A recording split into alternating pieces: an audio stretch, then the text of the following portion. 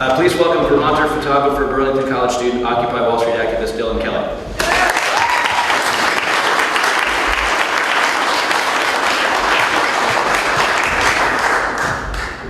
Okay, well, that's not terrifying.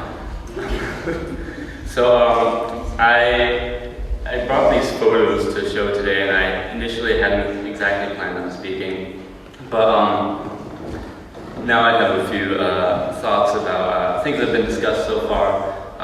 Morris spoke about some of the alternative things that are popping up in Catalonia and things going on in Spain, and after doing about 15,000 miles on the road this summer at various Occupy encampments and events and things along those lines, I could definitely assure you that those alternatives are springing up and out there. I'm thinking of places like Eugene, Oregon. I'm thinking of places like Chicago on the south side. I'm thinking of places like Madison, Wisconsin. These things are popping up and they're becoming more and more powerful. They're gaining more and more leverage. And they're driven entirely by the members of the community who are emerging to, like sort of what Kropotkin came up with, a mutual aid of people banding together and supporting each other rather than canceling each other out through capitalism and competition. And it's a really remarkable thing to see. And what Robin Lloyd in the back mentioned is absolutely true. The old paradigm of practicing civil disobedience and being politely handcuffed and led away is rapidly fading. And what is coming into the picture now is a rapidly militarized state. The great standing army that you were warned about by our founding fathers, that's already here, and it's in the form of our police force.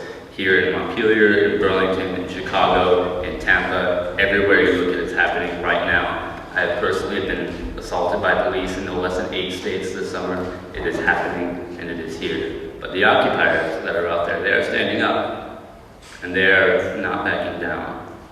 And I would also like to take this sort of opportunity to refute what Chris Hedges said when he talked about the cancer of Occupy, that is the Black Bloc. I personally feel a lot safer when the Black Bloc is around because the Black Bloc is not a group, the Black Bloc is not a club, the Black Bloc is what they call a well-equipped backpack, and they are the sort of the buffer between the peaceful protesters and occupiers who are there to make a difference in their world, to fight for a better life, and the brutes who would like to pulverize them. And so I just would like to say that also. And there are things happening all across the country, from foreclosed homes in Minneapolis that are being defended, to I was in Oakland helping to defend a school that was being closed for austerity measures. Kind of a funny thing in that regard, they had about $2 million that they wanted to save by turning this school into an administrative space and renting it out. But the cost of busing those students elsewhere was about $5 million. So you remember that the old term from the 2000 election of fuzzy math? Well, they kind of come back around in some interesting ways. So there are a lot of things that are happening. And there are a lot of good things and a lot of bad things.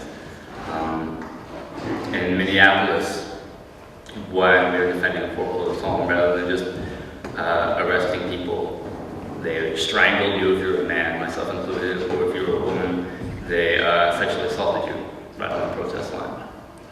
In Chicago, they're pressing people's heads against LRADs and then beating them until the blood is running in the gutters. So these are very real things that are happening, and they're not exclusive to the big cities, they're happening here too.